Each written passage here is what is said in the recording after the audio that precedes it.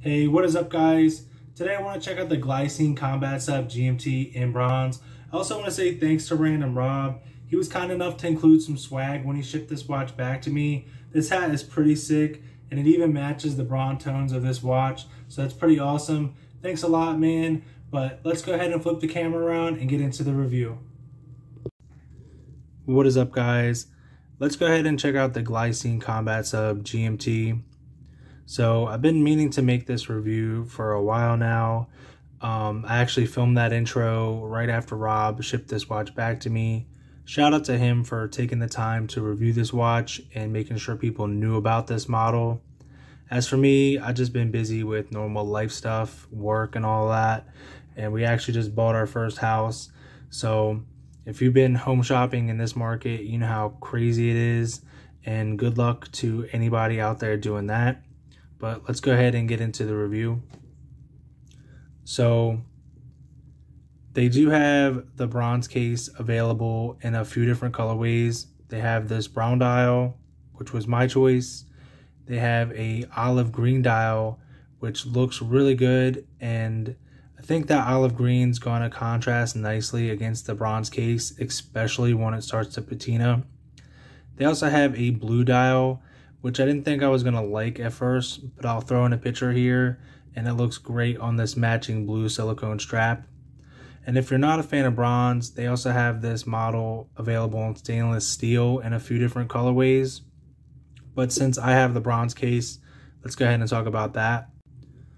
So this is a CU SN8 marine gray bronze, and the biggest advantage that comes with that is the corrosion resistance, especially in salt water.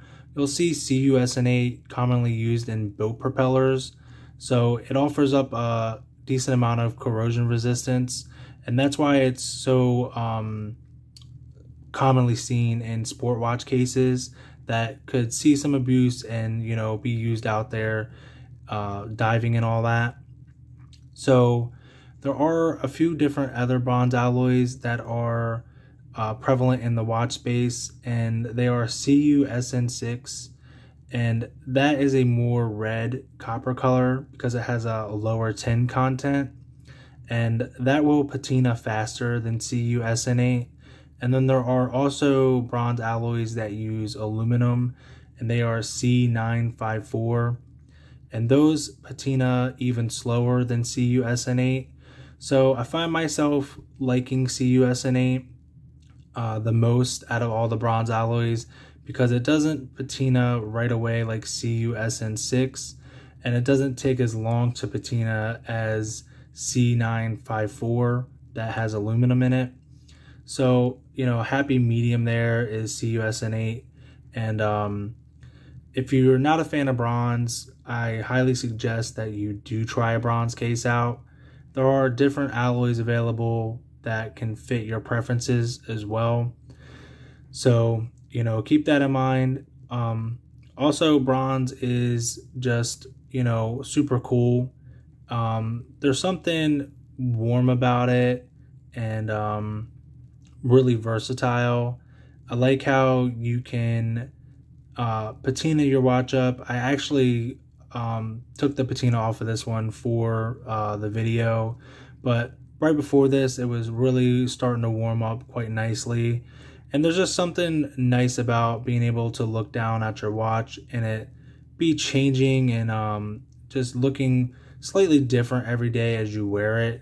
And its patina is unique to every person. So it's kind of like a fingerprint of, you know, and a reflection of how you wear your watch and what you're doing while you wear your watch. And again, if you're not a big fan of patina, you can always undo it. So again, bronze being a really versatile material in that regard. Plus, there's an entire chapter of human history named after it. It was called the Bronze Age, and it's mankind's first alloy. So super cool there. I'm not a metallurgist or anything like that by any regard, but I do find that kind of stuff fascinating, and you know, it's cool to have that kind of different material available in the watch space. So moving on to some of the case dimensions and stuff that people probably actually care about. So we have a 42 millimeter case diameter, same as the standard combat sub. We have a 49.89 lug to lug distance, or 50 millimeter lug to lug distance. I just gave you that exact measurement there that I got with my calipers. But it's basically 50 lug to lug, 42 case diameter. The thickness of the case I measured came at 11.3, and that is slightly thicker than the standard combat sub. It's still really thin at 11.3, but I believe that is because of this display case back. So anytime that you have a display case back, if you want to maintain the same water resistance, that's usually gonna, add a little bit of thickness to your watch. And a good example of that is that giveaway that I did at 500 subscribers. I used a display case back on that, but it only had 100 meters of water resistance, so it could be slimmer. So I sacrificed a little bit of water resistance to gain some wearability there, but I really enjoy what Glycine did here, because they managed to keep the same 200 meters of water resistance of the standard combat sub, but you only gain about half a millimeter, and you don't feel that on wrist, and it's almost imperceivable even to the eye. So even when I stack it up next to my GoldenEye here, you can't even perceive the thickness to the eye, and it's indistinguishable when it's on wrist.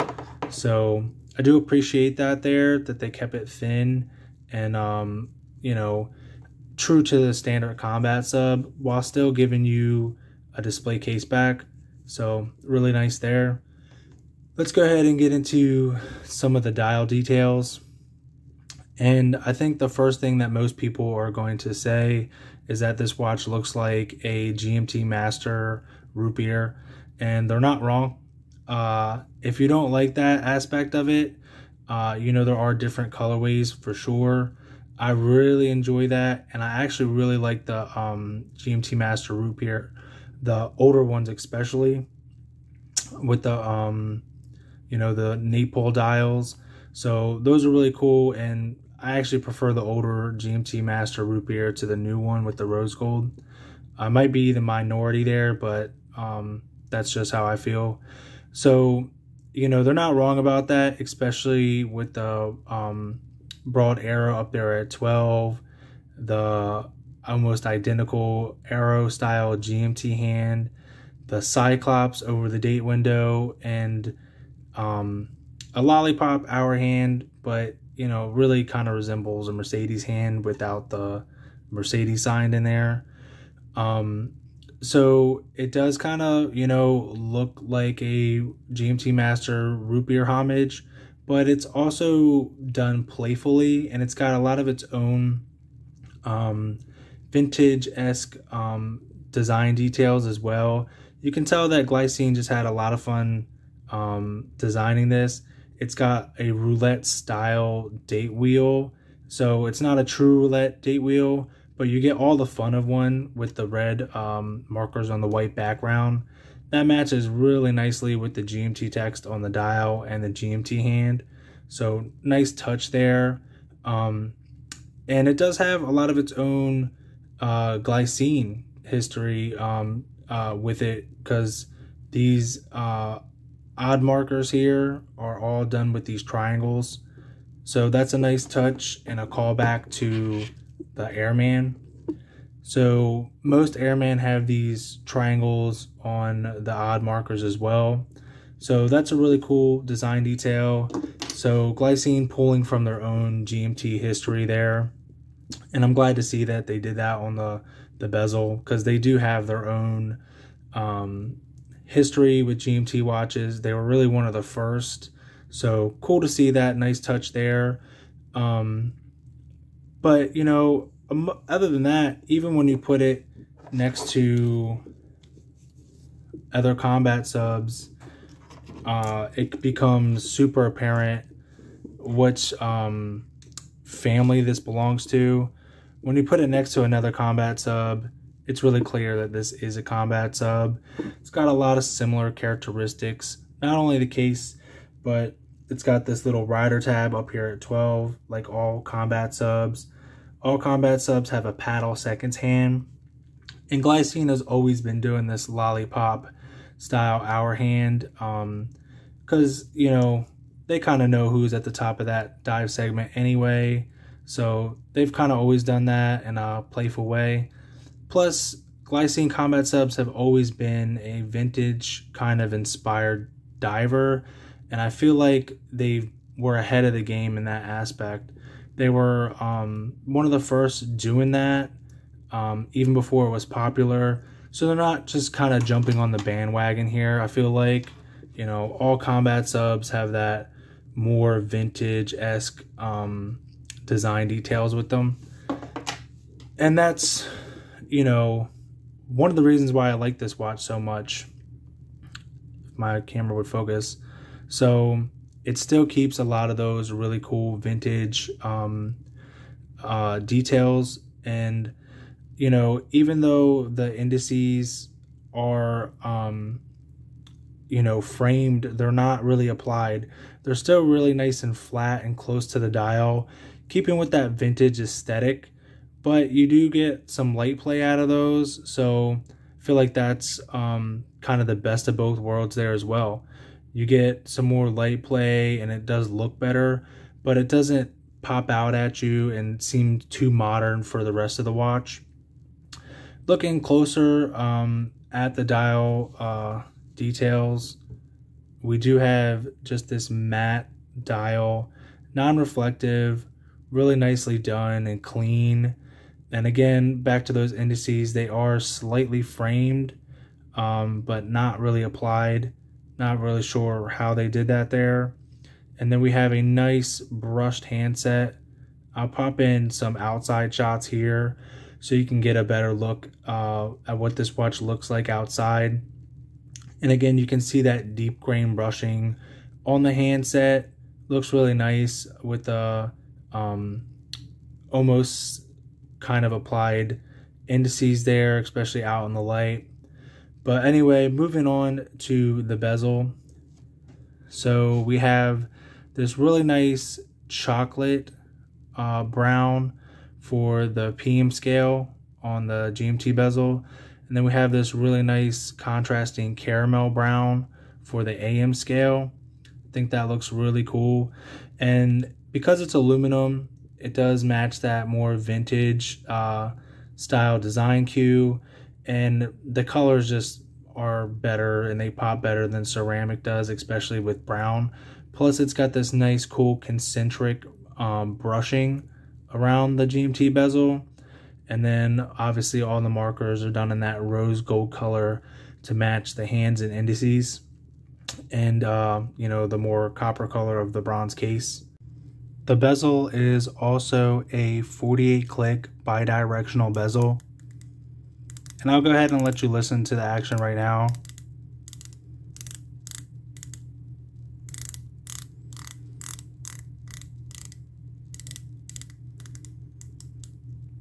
So of course this is the appropriate way to do a GMT bezel, and those 48 clicks make it easier to track intermediate time zones. And of course, it being bidirectional just makes it faster to set your secondary time zone to whatever you need at the time. And Glycine has done this a few different times. Even in the Airman, this particular model has a 48 click bidirectional bezel.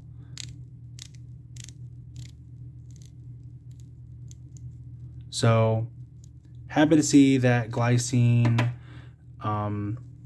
didn't just keep the standard combat sub bezel on here, and they took the time to do a proper bidirectional 48 click GMT bezel, keeping true to their GMT roots. And you know, that's good to see that Glycine didn't take the cheap way out and they did it the right way. Which is appropriate because they do have so much history with GMT watches. So that's really nice to see there. Let's go ahead and talk about the movement inside this watch. So inside is the Sellita SW330-2. Hopefully you can see that. I'll go ahead and zoom in some. Hopefully that'll make it a little easier. So you can see there is the -2. This movement was recently updated in 2020.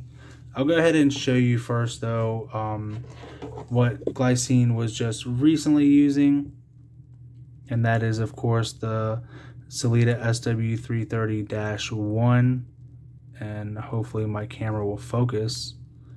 There it goes.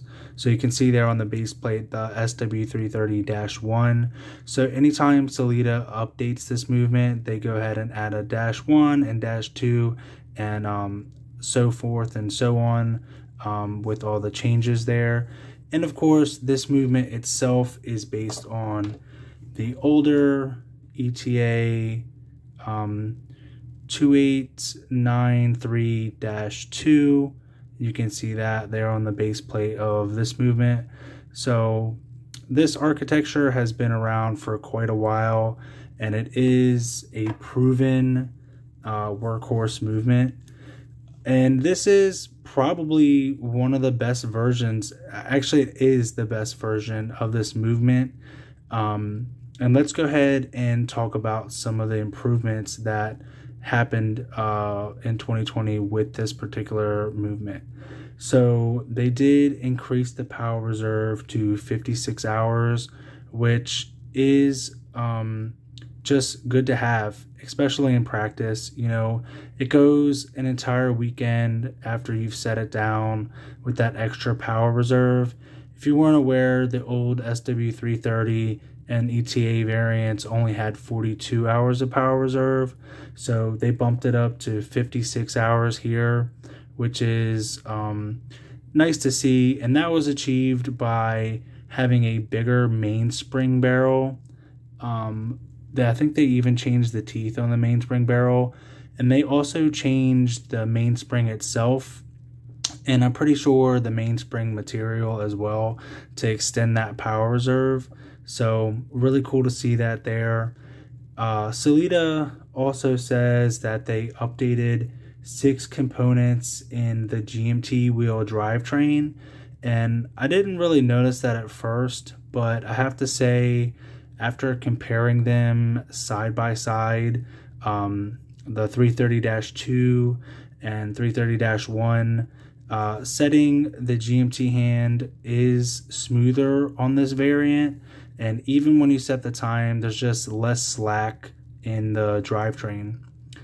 Other than that, it is very similar to the SW330-1. It's going to have the same 4 Hertz beat rate. So really cool to see that they increased the power reserve, but they didn't slow down the balance wheel there. So you're still going to get a beat rate of 28,800 beats per hour. So again, best of both worlds there. You don't sacrifice the beat rate, and you get the extra power reserve. So that's cool to see that there. And of course, it comes with 25 joules. All Sellita 330 variants have that. And in my opinion, that's an upgrade to the ETA variant, which only has 21 joules. You can see that there etched in on the base plate there. So the SW330-2 and -1 both come in 3 different grades. They come in, the lowest grade is a Labouré, which is found here. And they also come in a top grade and a chronometer grade. But even the Labouré grade found here is quite stout. And I'll go ahead and pop up some information that I found on Caliber Corner. So you can see here that even the Labouré grade is adjusted in 4 positions with an average rate of ±5 seconds a day. And in practice, they all run within that spec. I have quite a few watches with this movement. Well, not this particular one, but the SW330-1 inside of it.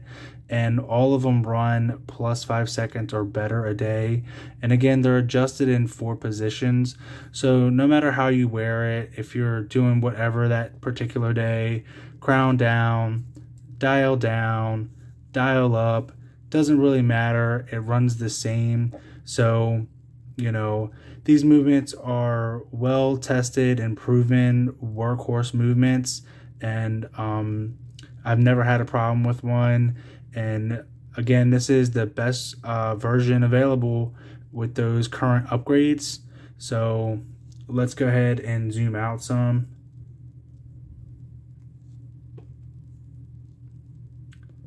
My camera will do it. And let's go ahead and talk about the strap while we're back here. I was really happy to see that they included quick release spring bars on here, and it looks like Glycine's starting to use those on a lot of their watches. So I'm happy to see that. Makes strap changes a breeze, and I used these almost immediately when I got the watch, because I'm actually not a huge fan of the leather strap that it comes on. It's not terrible, and it is actually starting to break in, but I'm just not a huge fan of padded leather straps. I much prefer the leather strap that's on my Airman here. This is actually a brand new factory strap that I bought from glycinewatchbands.com or something like that. I'll pop up a little thing here. But I like these straps so much, I actually paid $110 to have a new factory Glycine strap back on my Airman Bronze. And I think that speaks a lot for the quality of the leather here. So it's kind of bummed to see that this one's padded, and it just feels cheaper. It's really hard to explain, and I know on camera it's not really going to come through, but it feels so much cheaper than this solid piece of leather that you find on the Airman. So I mean, it's not terrible, but I'll go ahead and cover the rest of the strap because it is what will come on the watch when you buy it. So 22 millimeters at the lugs, does taper down to 21 at the buckle. Like I said, it's not terrible. It does have some nice contrasting stitching, brown on the top, white on the bottom. It is like a suede on the top, calf leather on the bottom. So that bottom feels nice. Top feels nice as well with that suede, but you got to remember it is going to show wear more. I haven't even worn the strap much, but you can already see it starting to wear some. And it's also going to show stains a lot faster than regular calf leather. Also, these keepers are really thin and flimsy, especially when you compare it to the thicker keepers on the Airman leather strap here. So and especially with this stiffer strap, these keepers kind of feel just a little flimsy for the stiff strap. Other than that though, the secondary keeper is a floating keeper. The first keeper is stationary, and it is signed Glycine. One big improvement is that they did do the buckle in a full bronze. They actually redesigned the whole buckle, so it's quite nice. It's got these facets here on the edge on both sides, and they are polished, and it looks really good. Not only did they improve it by making it a full bronze buckle, but also the tang is milled from a solid piece of bronze. And I'll go ahead and show you and contrast that against what my Airman Bronze came on. So their older bronze watches were coming on stainless steel buckles that were just PVD coated, rose gold. And you can see the difference there. When your watch head starts to patina and your buckle is still nice and shiny, it just doesn't look right. So happy to see that Glycine is doing full bronze buckles to match their bronze case watches now. So big improvement there. Oddly enough, I actually still prefer the old buckle, even with this tang that is just a rolled over piece of metal. Hopefully you can see that if my camera will focus. You can see that this is just a rolled piece of metal opposed to the milled solid piece of bronze on this buckle. That might just be me preferring the old buckle, but I actually do like the older style buckle better than the new one. But I feel like a lot of people are actually gonna prefer this buckle aesthetically, and it is still a pretty nice buckle as far as pin buckles go. So there is a nice deep arch in there as well, so the strap sits nice and inside of the buckle opposed to being stacked up on top. That's something that Glycine has always done well. So that's the strap. Let's go ahead and cover the loom. So the loom will be a C1 Superluminova, and it is a decent application. So it is applied a little bit better because of those framed indices. It's not just printed on, it's a little bit thicker than just printing, but it's also not as thick as being applied indices either. So one benefit that a lot of people are going to like about C1 is that it gives you that nice crisp white tone opposed to C3 that has this more green color tone. So the Airman Bronze has C3. Now, of course, C3 is going to glow quite a bit better than C1. But again, the trade-off there is that it's got that green tone to it. I actually like that, especially with the bronze case. So kind of wish that they would have used C3 there, especially on a bronze watch. I can get why they would do C1 on a stainless steel watch. One thing they could have done is used BGW9, and they could have split the difference. And with BGW9, you still get that nice white crisp tone in the daytime, but in my opinion, BGW9 does glow a little better than C1. Regardless, it is a nice application, and I'll go ahead and pop in a loom shot at the end, and I'll even compare the C1 to the original Glycine Airman with just printed C1. I'll compare it to a Glycine Combat Sub with printed C3, and then I'll compare it to the Glycine Airman Bronze that has C3 that is, you know, really similar to this. It's not applied, but it's not printed either. So anyway, I hope you guys enjoyed. This is definitely still one of the best budget GMTs in my opinion, even with the release of the recent Seiko 5 GMT. So, you know, the Seiko 5 KX GMT is still around the $500 mark. I do think that they'll be more affordable pretty soon. They'll be more prevalent and they'll be more affordable. You'll probably be able to get them for around that $400 mark. But even still, you can get these on eBay and on Ashford for about 600 bucks. I'll leave links in the description to where you can get them for that price.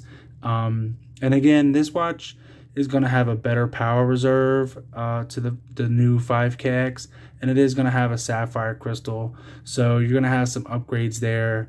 But again, you know, the affordable GMT segment is getting pretty exciting now with the release of this and the recent 5KX, and I'm planning on getting one of those as well. So definitely room in the collection for both, but just something to keep in mind there. Anyway, guys, thanks for watching, and I'll catch you guys in the next video.